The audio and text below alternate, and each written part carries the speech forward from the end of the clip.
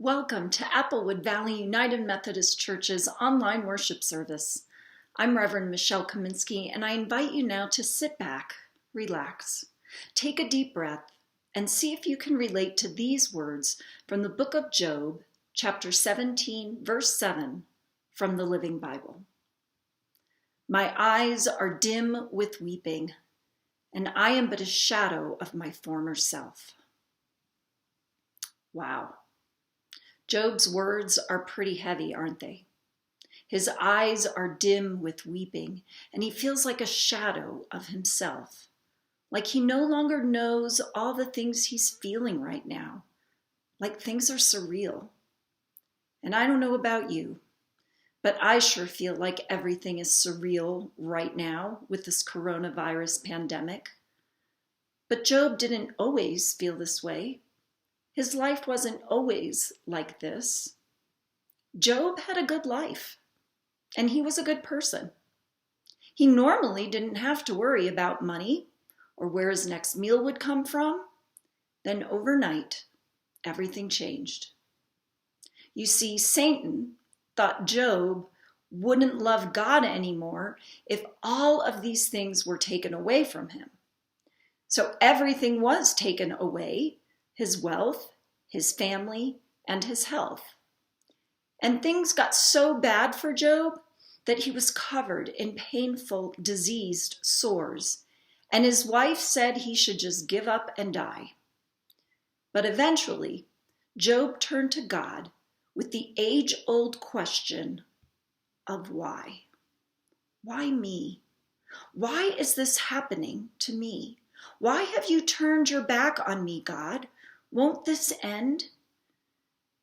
We know these questions. We are familiar with them.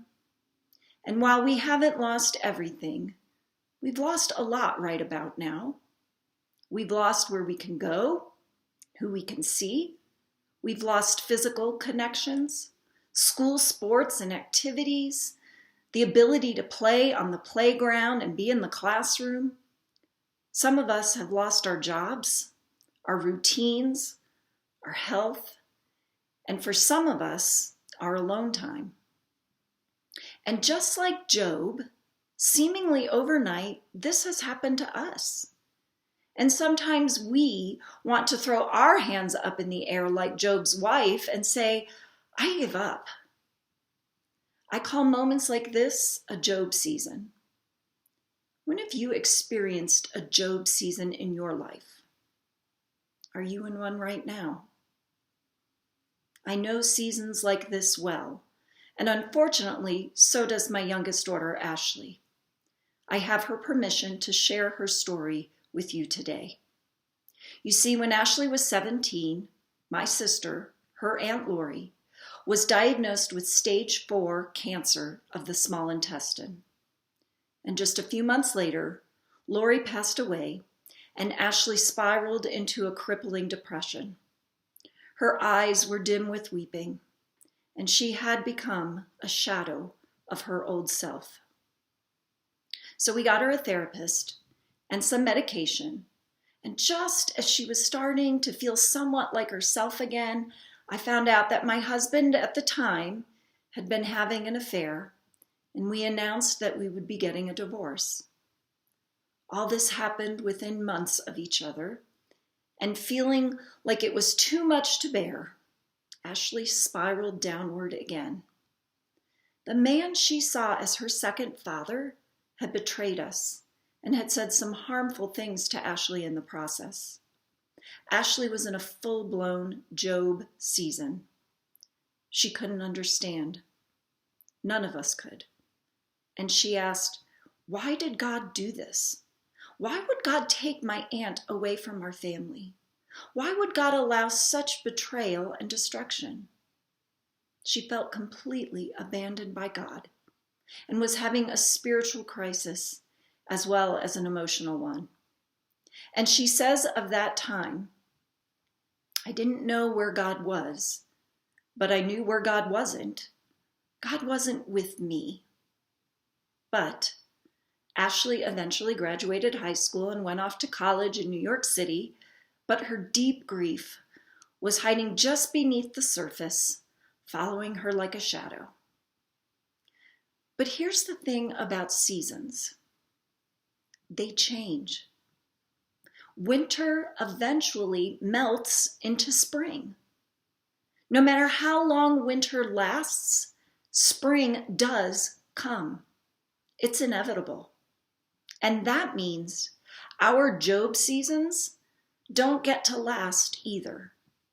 Because through all of his suffering, Job continued to pray to God and stayed faithful, even though he didn't understand why this was happening.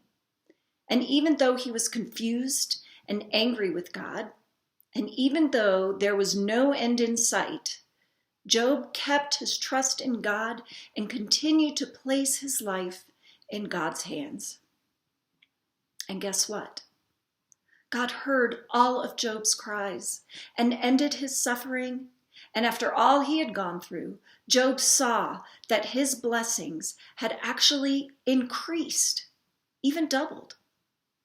Job's winter had ended, and he was able to find the blessings of new life that come with spring. And Ashley found that her spring came too, because even in her depression and anger and weeping and being away from home at college, she turned to God and leaned on her faith, and slowly her winter began to thaw. And on Ash Wednesday in 2016, with nowhere else to turn, she returned to the only place she knew could possibly give her hope: church.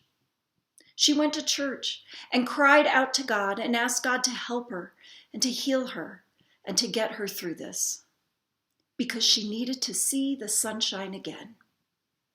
And then something happened that forever changed her life. She felt the overwhelming love of God wrap around her like a hug, and she felt God tell her it was going to be okay. And from that point on, she just knew she would be okay. She still stayed in therapy, and she still stayed on her meds, but from that day on, she made the choice each day to risk it all and trust in God. When have we felt God's hug? When have we felt God's love in the Job seasons of our lives? Our Job seasons are not the end-all be-all. And what we're going through right now with the coronavirus pandemic will not last forever. We will find our way through it. Spring will come, and we don't have to wait for it alone. We too have church. We have it with each other, here, online, and in our hearts, and in our love and care for each other. And we always have God. How is God providing for us in this season? Can we spot God's little life-changing whispers each day? And are we willing to take the risk to trust God to see us through this? Because our spring is coming. And so are increased blessings.